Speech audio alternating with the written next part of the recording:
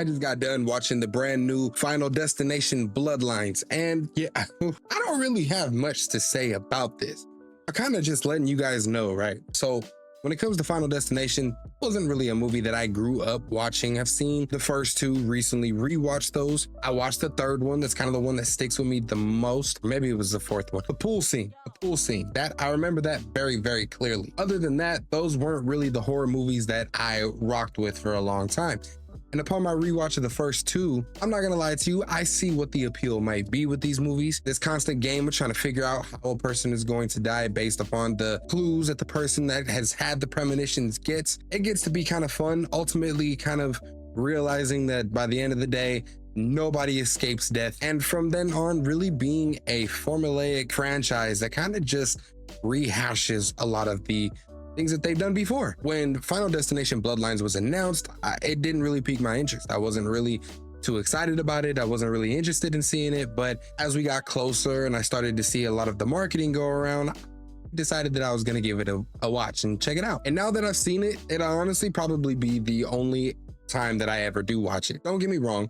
Bloodlines has a few things that are fun, I guess, in the movie. There are things that are done differently here than in the previous movies of the franchise. But at the end of the day, it feels just a rehash of the same old formula that has been repeated the last 5 times. And by the end of it, it really left me feeling pretty underwhelmed. But aside from that, jumping into some of the things that I did enjoy about this movie, I appreciate the attempt to do something different here. This time along, we are following the families of a person who had a premonition 50 years ago. And because that person 50 years ago was able to save all of these families who were not meant to be saved, it has now started a chain effect for the last 50 years of death trying to go to each family and remove these people who were not supposed to be here in the first place. Throughout the movie, we have a lot of uses of flashbacks, kind of showing us extra context of what happened all those years ago and how things were stopped and how different people and their lives were affected. And I do got to give credit to that aspect of the movie, trying a different approach, trying to add a little bit of new flair and a new twist on an old lemon. Moving on from that, I feel like some of the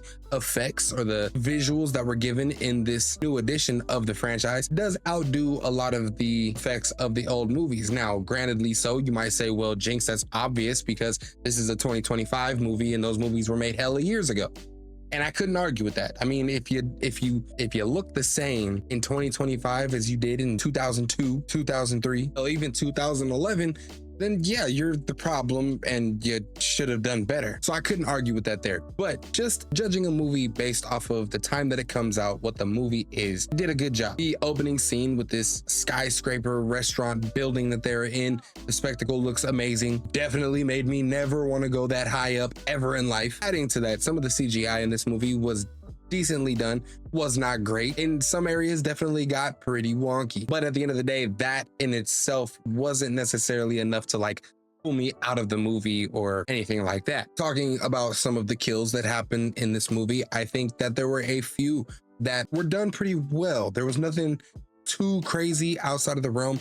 One kill that I didn't like about the first film was the bathroom strangle scene. I felt like that was way out of line. It was way unbelievable and kind of corny to me. I didn't really get too much of those here in Final Destination Bloodline. I mean, now there were definitely some left field type of kills that made you think like, when would that ever happen?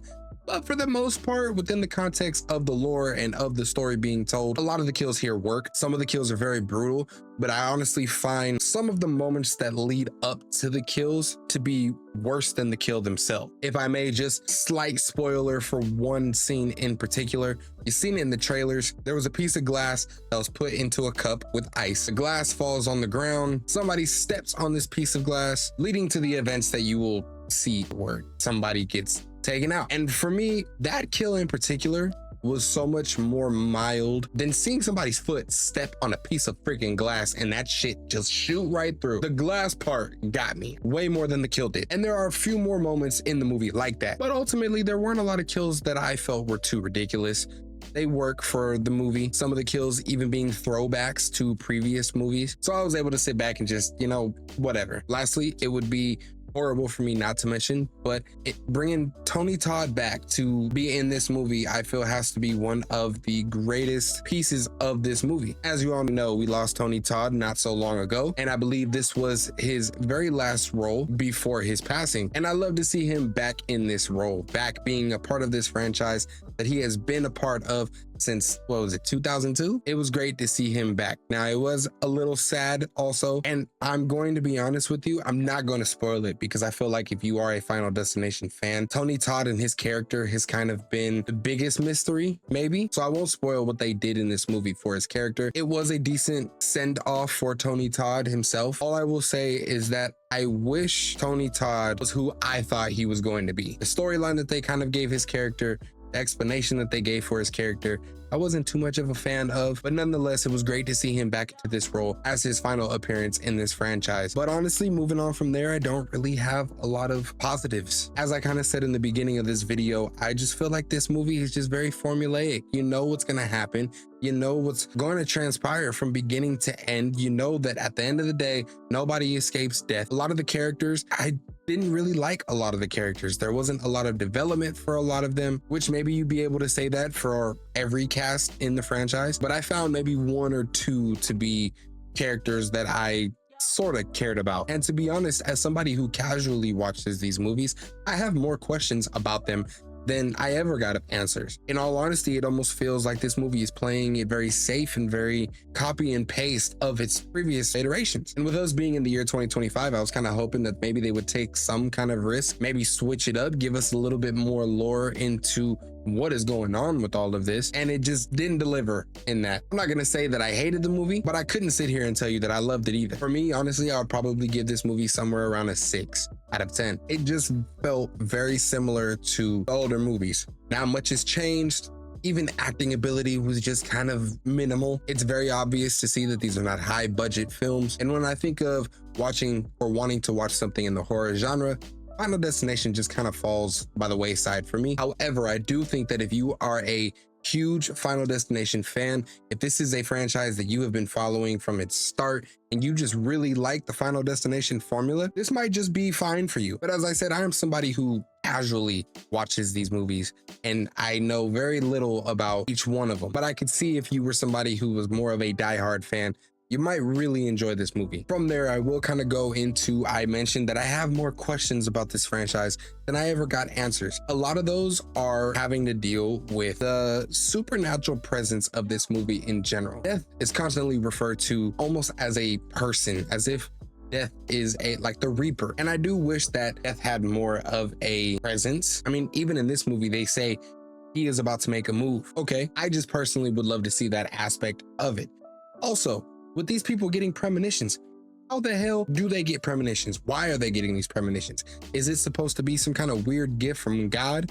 Or is it maybe a trick given to them by Death or the devil himself so that it creates more of a game? I don't know, maybe Death got bored of natural deaths for a while and just wants to switch it up and have more of a challenge. So he gives a premonition to somebody in hopes that they try to prevent it, and now he has a little game going on.